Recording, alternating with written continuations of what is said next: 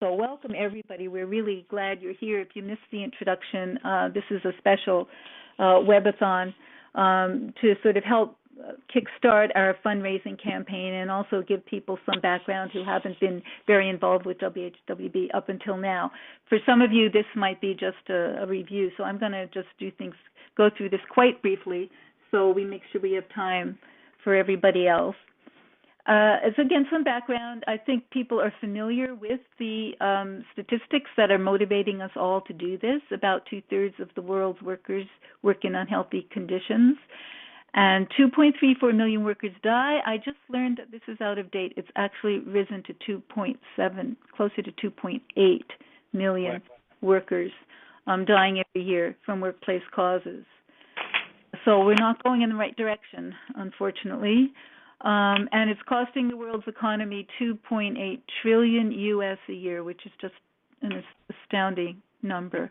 And I think that if we want to motivate people, there's not much more that we can, more useful statistic than the ones that, than these and the ones that Kevin presented. And I would suggest that one of the things we need to do is to use this to make the case to people outside the occupational health field. So a lot of what motivated us getting going was the huge gap in occupational hygiene expertise. This is based on some numbers crunched by Noel Tressiter.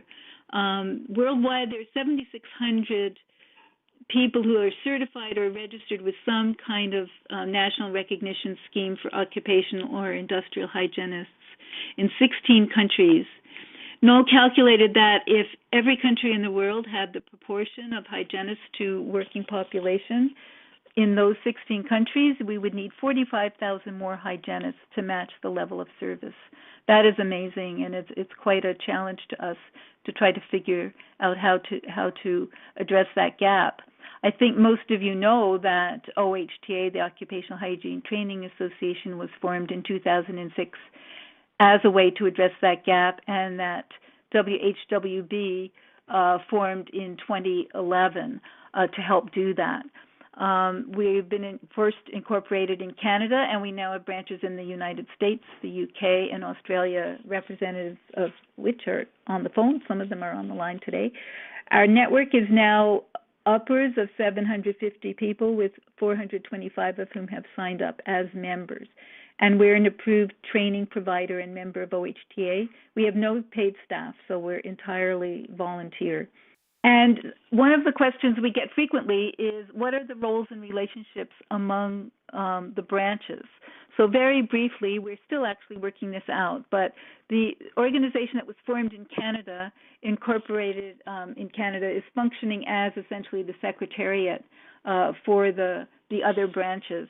But the branches are autonomous organizations working in cooperation with each other and can do its own fundraising within its own jurisdiction. So, for example, the U.S. branch is a 501c3 organization, meaning that it's a recognized charity and can give tax receipts for donations.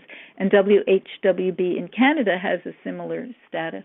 So just a bit of a run-through of some of the programs. Kevin mentioned some. We've done some training. Here's some pictures of our training in India, in Tanzania, in Vietnam. Tom offered some in Botswana just this past summer.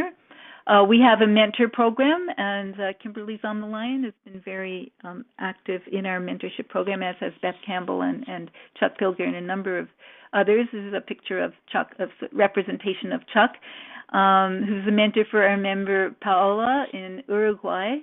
I think we're going to get more requests for mentors. It's a bit, right now I think we have more mentors than mentees, but I think that is going to change. As you know, we have monthly teleconferences open to people around the world, and we would like to do more of this and increase our educational offerings. Kevin mentioned our project with the agate workers in India. We have also a number of members who have been very active in addressing silica exposure in brick plants. And Steve Thigerson is going to talk about the Nepal brick plants next week. We also had a volunteer team from Canada who went to India to assess asbestos contamination in a village which had been the site of a manufacturing plant, an asbestos plant. So what have we learned about building an international occupational hygiene community?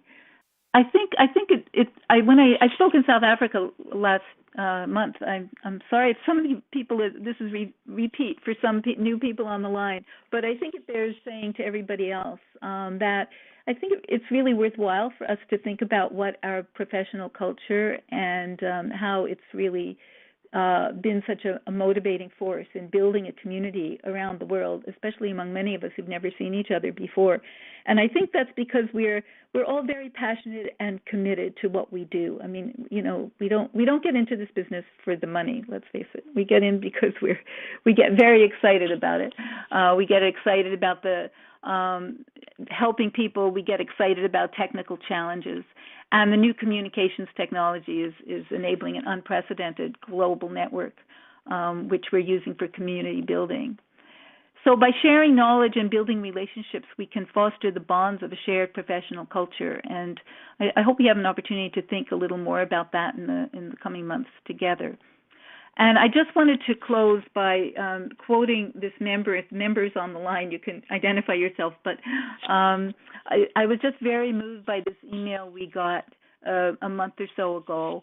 The member said, "I've witnessed a genuine humility and spirit of collaboration within those involved in WHWB. You all exemplify the ideals of partnership, equality, and the best of the human spirit."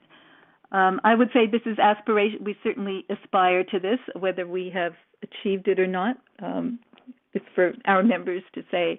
But I think the member captured, I think, what we all really are aspiring to through this organization.